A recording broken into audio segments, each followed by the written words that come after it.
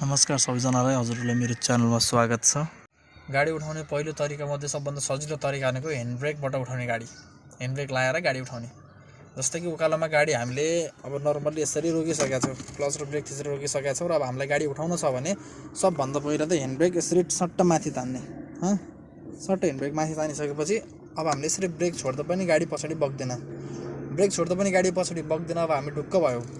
त्यसपछि अब बिस्तारै क्लच छाड्ने। बिस्तारै क्लच छाड्दै गाडी एउटा यस्तो पोइन्टमा आएर धरधर गर्न थाल्छ।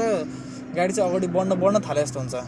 त्यो पोइन्टमा चाहिँ हामीले थोरै एक्सिलेटर दापेर अलिकति क्लच छाडे जस्तो गरेर अनि यसरी ह्यान्ड ब्रेक सट्ट यसरी तल झारिदिएपछि गाडी चाहिँ तपाईँको अगाडि बढ्छ। त्यसपछि गाडी सर्छ भने टेन्सन हुँदैन। र अर्को तरिका भनेको चाहिँ यत्तिकै बिना ह्यान्ड ब्रेक होइन, अब आफूले जानिसकेपछि ह्यान्ड ब्रेक लगाइरहनु पर्ने हुँदैन।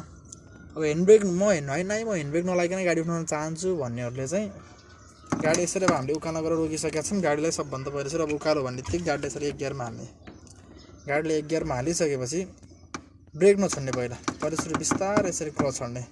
क्लच छड्दाखेरि चाहिँ काँथीमा आएर गाडी चाहिँ एउटा धर गाडी अगाडि बढ्न खोज्छ। इन्जिनले पावर दिँदा हुन्छ होइन, गाडीको पाङ्ग्राहरू अगाडि बढ्न खोजिरहेको त्यस्तो फिल हुन्छ आफूलाई कि यो क्लच छोड्दैन, गाडीको साउन्ड नै अर्कै भएर आउँछ कि गाडी अगाडि बढ्न खोजे जस्तो गर्छ।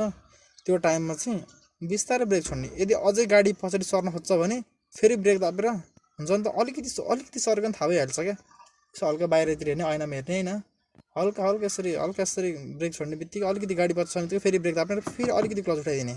त्यो टाइममा चाहिँ गाडी अझै बल गर्छ। त्यो बल गर्ने क्रममा यसरी ब्रेक छोडिदिए पनि गाडी नर्मल अडिन्छ। तपाईँको त्यो सिचुएसनमा गाडी अडिन्छ या त बढ्छ।